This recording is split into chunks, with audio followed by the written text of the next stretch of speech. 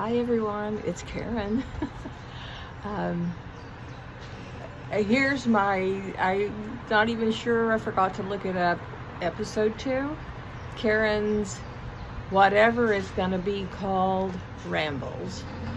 Today is not going to be a whole lot of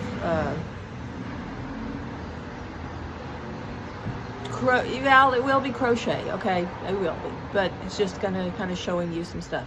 So yesterday, my friend Chris and I went into town, and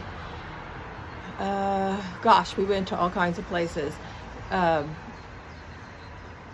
First of all, yesterday was the release of the Forager's satchel pattern from Twig and Tale that my nephew Ian introduced me to their patterns.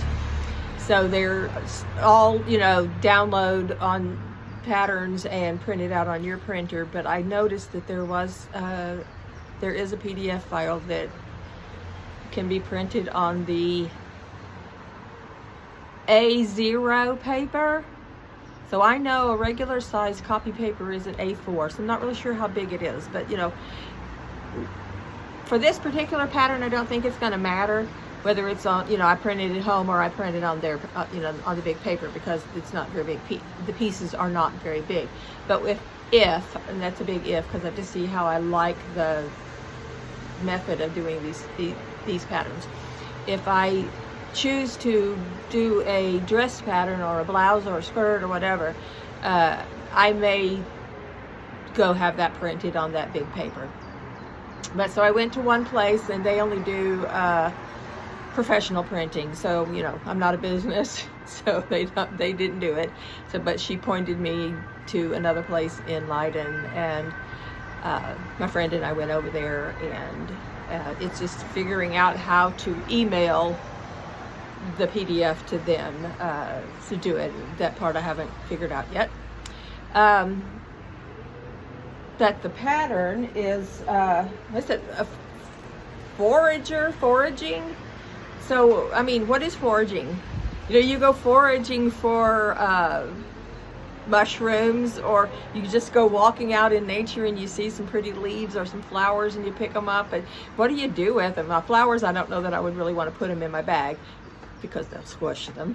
But if you find some leaves or twigs or anything that you want to pick up and bring home, that's, I think, what foraging is, and that's what this bag is all about.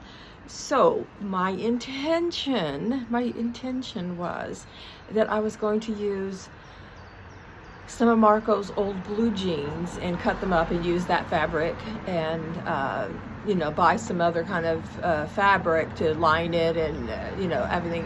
But I might have that already at home in my quilt stash. Anyway, we went to the market because the fabric guy is there on Wednesday and Saturday. And well, guess what? As I'm walking up to the stand, because remember, I'm going to look for regular cotton fabric to go with my blue jeans. Not this piece itself, but this was hanging up, and I was like, oh my gosh, Chris, that's the perfect, all the leaves, the foraging, so I had to buy it.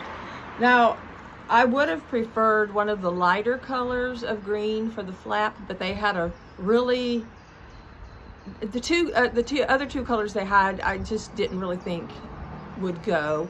So I got this one, which is a little on the dark side, but it is pretty much that color right there. So I'm going to make the leaf flap, and then it has the lines, the veins, or in the drawn on the pattern. So I thought, and it is you use wadding in between on the flap. So, which I'm going to do that, and therefore I'm going to quilt those stitches that little bit. So the only thing I forgot was lining fabric, and so I have to find something, or I'll go back and get something. And but you have the choice of a portrait or landscape. I like the landscape, but I kind of thought this one should be, the leaf definition on the flap of the portrait one is nicer, but I myself prefer the landscape format. So I haven't decided yet, since, I mean, the pad, it's printed out, but I haven't cut it and taped it together, so I don't know yet what I'm going to do. So that's the one thing I bought yesterday, and I may have told y'all. I mean, I know I've talked about the yarn, but you know, I've always shopped at Walmart, okay, whenever I lived there in Texas, and other places that had Walmart. But Red Heart yarn has always been the yarn that I've always used, and I'm the most comfortable with, I guess you'd say, in buying yarn from America. They are the first people that I've heard of that have a special yarn for granny squares.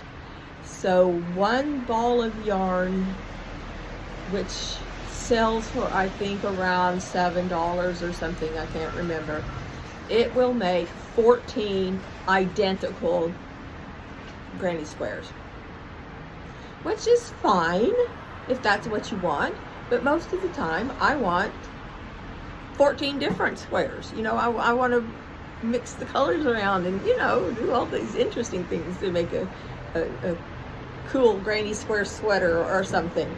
And so I haven't gotten any. I've talked to Martha about picking it up and everything and mailing it to me, but you know, the more I think about it, I think I need to actually be there and hold it and look at it and decide for myself what colors I want. So I'm not going to do that. But I thought, hey, is there some yarn over here that has a granny square yarn? So I've used a lot of Katia yarn, and of course Scapia is a Dutch brand, and I've used their yarn, and I've used some yarns, Sirdar and Stylecraft from the UK. And so I don't know how I found it, but Katia does make, actually they make two, and I probably prefer the other one, but I didn't see that one. So I already bought this one last week. I like the blue jean colors. I like the, I don't know if you call that kind of a steel green. It's kind of army green and all, but, and then way inside, I think I've showed you this, you know, you see the other colors that are in here. So these balls make 12 squares, 4 multicolored, what you call a normal, you know, multicolored granny square, 4 solid colors, and 4 ombre, which I haven't gotten a clear picture. I know what ombre is when it, you know, slowly fades from one color to the other. And I haven't figured out exactly how those are going to be. And so you get four squares of each of those 3 types, but the multicolored ones are 4 different ones. They're not the 4 of the same ones. So that kind of, not real happy about that part, but okay, that's fine. I mean, I wanted different squares from the other yarn, which you can't do, so there's my chance I get 4 of them, but I only get 4 for ball. And it was 23 euros. I mean, 14 squares for $7, and now 12 for 23 euros, so that's like twice the, 3 times the amount. But this is fair cotton, so I think that means it's biological or something. I don't know. And this is the one I bought yesterday. So rather than buying the same one, I wanted some more colors. So I bought the really multicolored one, because read the directions, Karen. I got this at the shop with the other ball of yarn. And they do have the directions in way over here on the 3rd page. English. And it clearly says materials. Fair cotton granny, 1 ball, and then they say color 303. That's if you want to make it exactly like this. And fair cotton, oh my gosh. No. Okay. The fair cotton granny, 1 ball, color 303, and 1 ball, color 304. Underneath that is fair cotton, 2 balls, color 53. But that color 53 is to make the sides. So that I'll have to determine once I make the squares. So this is 9 squares on the front, 9 squares on the back. So I'm guessing that you use one ball for the front and 1 ball for the back. But it's 3 squares of each style rather than 4. So you've got 3 multicolored, 3 solid, and 3 ombre, which means you'll have 1 multicolored, 1 ombre, and 1 solid yarn left over, which I don't know. You're lining it with fabric, so it looks like the straps are made from fabric, but you know, I mean, it's what you're going to do. You know, there'll be technically six squares left over, so I'll figure out something to do with those. But that's my 2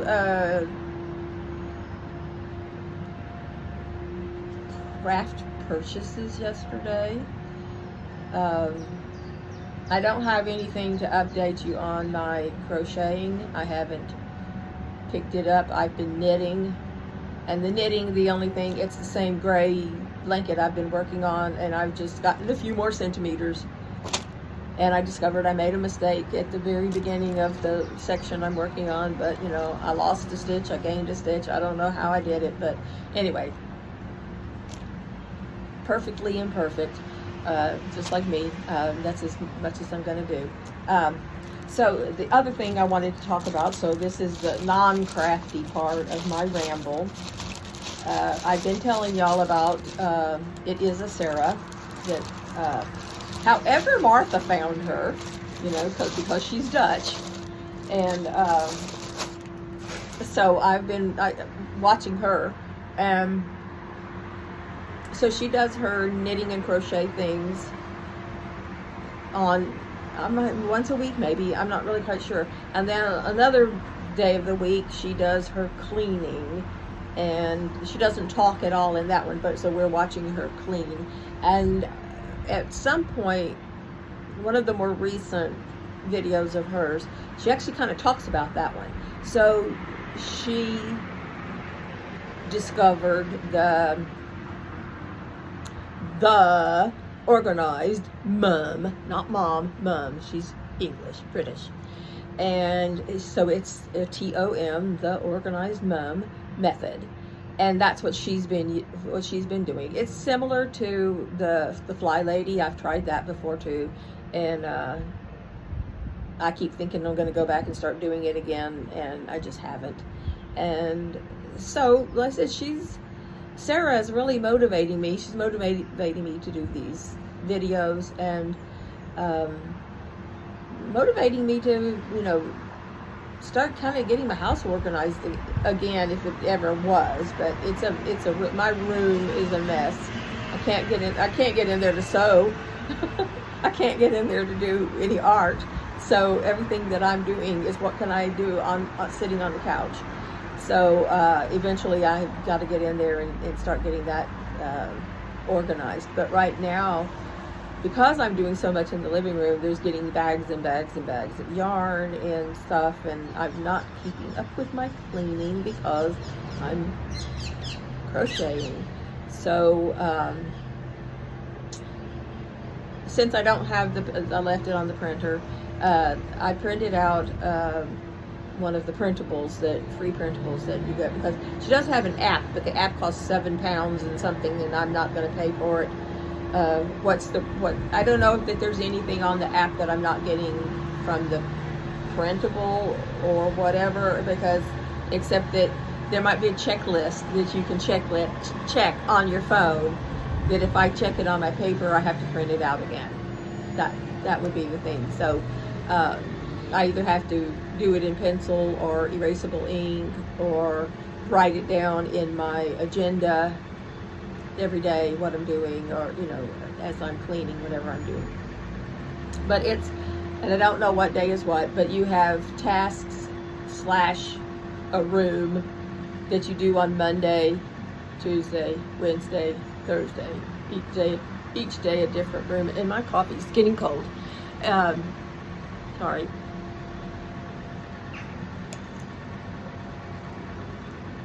Those 4 days, it's every Monday is the same room, every Tuesday, every Wednesday, every Thursday is the same room, and Friday is, I think, every Friday is a different something. You get a little bit more deep cleaning in some of these rooms and stuff like that. Although picking up clutter in your child's room, well, I don't know child's room, but I mean in the living room, in the dining room, in the whatever room, if I do that every Monday in my living room and every Monday in my room, that's the children's room, that kind of thing. So you're only spending 30 minutes a day. You have certain tasks that you do every day. Make your bed, swish whatever, the toilet, vacuum the high traffic, or sweep the high traffic areas, and something else. It seems like there's 4, but this is only supposed to take you 10-15 minutes, not any big deal. And then the actual daily tasks are 30 minutes. So that's, if you put it all together, if you say the first ones are 15 minutes and the other one's 30, that's just 45 minutes a day. I can do that. And don't try to deep dive clean in, pull everything off of my dining room table and only put back what needs to go there or whatever. And then it's kind of like, yeah, but what do I do with all this stuff? I don't have a permanent place for it. It has no home. The home is on the table. The home is over in the corner. I have to find a new home for all this stuff that's not just shoving it into some other place that I'm going to eventually get to and have to move it and figure out another home for it. So throw it away. If it's been sitting on my table and I haven't used it, then why do I keep it? So just stuff like that. But I can do that in those little bits, in those 30 minutes, every Monday, every Tuesday, Wednesday, Thursday, Friday, and eventually I guess my house will look a lot better. It has to look a lot better, doesn't it? So I've been following Sarah on and found out about that method, and of course just watching her talking about her knitting and her crocheting. She's gotten me back into wanting to knit, but I'm scared to try knitting any kind of a sweater. I'll tell you what, way back. So when Sam and I were married, and he was in the Army, and we were stationed in Alaska, in Anchorage, and that's where Lynn was born. I already knew, Margaret Ann brought home knitting needles and yarn. I don't know that she ever made anything. I have no idea how she learned how to knit or what the deal was, but I just remembered that there being yarn and knitting needles in the house at some point, and I picked them up and I started kind of figuring out how to cast on stitches and how to knit and how to purl, and that was about it. And so then when we were in Alaska, the ladies in our neighborhood, we kind of got together probably once a week at different one of our houses, and that was to let the kids, especially in the winter when there wasn't a whole lot for them to get outside and do because of the snow. So we met at somebody's house, and the kids would play, and everybody brought their craft. Somebody was knitting. I was probably cross-stitching at the time, or crocheting. I learned how to tat from one of my neighbors, and yeah, I mean that's, oh yeah, because I did know how to knit. At this point, I did know how to knit. When I was pregnant with Joe, I took a knitting class, and so I learned basic knitting for sure from someone who knew what they were doing. But anyway, so I decided that I was going to make me a sweater. So I bought my red heart yarn. Yes. It was a dark navy blue, and I don't even remember what the design was, but it had, it seems like there was yellow and kind of a burnt orange color or red, or I don't remember what all the colors were. And I got started on it and I never finished it. And I've never picked up knitting to make me a sweater, because I think I got kind of scared about it. And then when I got here, I did pick up knitting, and I started, knitted a sweater for our niece, who at the time I think was 5 when I moved here.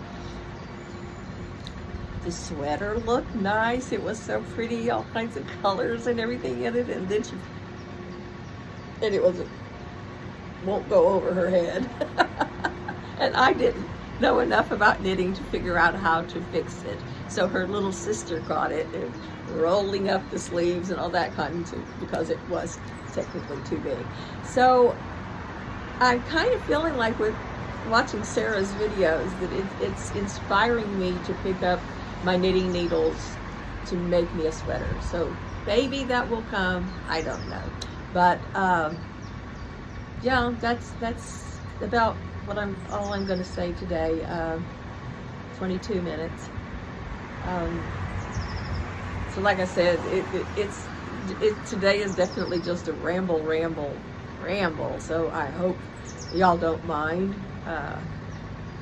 I'm really hoping I get some more people to come on to my, subscribe to my channel. Come on. I really need y'all. I understand y'all maybe don't want to actually put your name in and email or whatever to become a member of YouTube, but you can't subscribe unless you put your name in, have a login for it. You don't have to have a page.